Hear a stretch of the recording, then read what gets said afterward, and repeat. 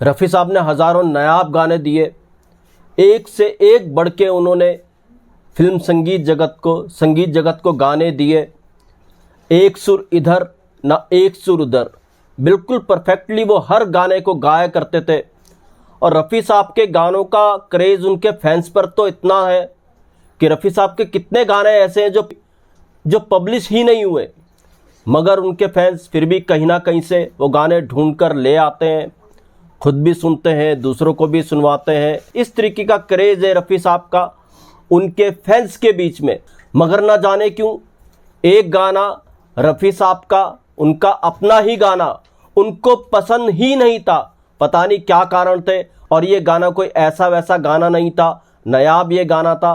क्यों रफ़ी साहब को ये गाना पसंद नहीं था, इस गायिका से उन्होंने ये बात शेयर की थी और क्यों कहा था गायिका को कि गाना फिर कभी मत सुनना, इसके बारे में बात करेंगे। दोस्तों, चैनल पर नए तो चैनल को सब्सक्राइब कर लीजिएगा, बेल आइकन भी प्रेस कर लीजिएगा ताकि नोटिफिकेशन आप तक पहुंचती रहे। नमस्कार, मैं महेश कोहली बॉलीवुड संगीत के सफर से।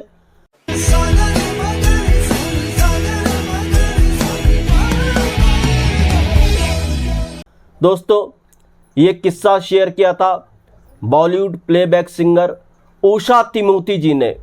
उषा तिमोती जी वो प्लेबैक सिंगर है जिन्होंने अपना पहला गाना जो गाया था फिल्म हिमालय की गोद के लिए गाया था, और ये डुएट उन्होंने गाया था, और ये उन्होंने रफ़ी साहब के साथ ही गाया था। जी हाँ, ये गाना था तू रात खड़ी थी छत पे। तू रात खड़ी थी छत पे नी मैं समझा के चांद निकला। महज 13 साल की उम्र में उन्होंने अपनी जो प्लेबैक सिंगिंग की शुरुआत की वो रफ़ी साहब के साथ ही की, और इसके बाद उन्होंने कई अच्छे गाने बॉलीवुड को दिए। तकदीर 1967 में लक्ष्मीकांत प्यारेलाल साहब के म्यूजिक डायरेक्शन में एक नायाब गाना उन्होंने गाया था, जब जब बहार आई, और फुल मुस्कुराए। लता जी ने भी ये गाना गाया था, महेंद्र कपूर साहब ने भी ये गाना गाया था, रफ़ी साहब ने भी ये इस गाने को गाया था, और उषा तिमोती जी ने भी ये अपनी आवाज़ दी थी। वो जो फरीदा जलाल वाला पार्ट है इस गाने का, वो उषा तिमोती जी की ही आवाज़ में। कभी सुनिएगा कितना खूबसूरत उषा तिमोती जी ने इस गाने को गाया था, हालांकि आपने सुना होगा। जब जब बहार आई और फूल। तो खैर, उषा तिमोती जी वो सिंगर थी जिन्होंने स्टेज परफॉर्मेंस जो सबसे ज़्यादा दी अपने कैरियर में, म्यूजिकल कैरियर में, संगीत यात्रा में, वो रफ़ी साहब के साथ दी। तो रफ़ी साहब के साथ कई स्टेज शोज उन्होंने किए, देश में भी विदेश में भी। तो रफ़ी साहब को खाने का बड़ा शौक था, तो कई किस्से हैं उषा तिमोती जी के रफ़ी साहब के साथ। तो एक बार रफ़ी साहब मुंबई से थोड़ा बाहर एक जगह थी, गांव था तलोजा गांव, वहाँ पर बिरयानी बड़ी अच्छी मिलती थी। तो उषा तिमोती जी के साथ रफ़ी साहब बिरयानी खाने गए हुए थे, और बिरयानी रफ़ी साहब कार ही के अंदर मंगा लिया करते थे। रफ़ी साहब जैसे लेजेंड, कोई भी उनको पहचान जाए इसलिए कार से बाहर नहीं निकलते थे, तो बिरयानी कार के अंदर ही आती थी।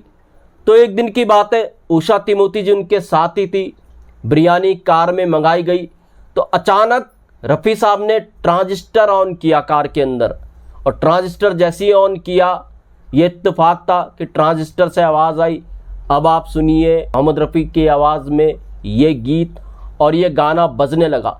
रफ़ी साहब एकदम इस गाने को सुनते ही चौंक गए। उन्होंने उषा तिमोती को कहा, ये गाना बंद करो, ये गाना बंद करो। उषा तिमोती ने कारण पूछा, रफ़ी साहब ने कहा, अरे ये गाना बंद करो। उषा तिमोती ने सीधा ट्रांजिस्टर बंद कर दिया। उषा तिमोती ने पूछा रफ़ी साहब को, कारण आपने क्यों इस गाने को बंद कराया है, तो आप ही का गाना है। रफ़ी साहब ने कहा, अरे ये गाना मैंने बहुत ख़राब गाया है, इसलिए इसको मैंने बंद कराया है। अब उषा तिमोती को अजीब लगा, इतना हिट गाना, इतना पॉपुलर गाना रफ़ी साहब को खुद ही पसंद नहीं है। उषा तिमोती ने कहा, साहब ये गाना तो दुनिया सुनती है, और आप कह रहे हैं कि आपने ये गाना ख़राब गाया है। तो रफ़ी साहब ने कहा, हाँ ये मेरा गाना दुनिया सुनती है, मगर तुम कभी इस गाने को मत सुनना। उषा तिमोती स्तब्ध।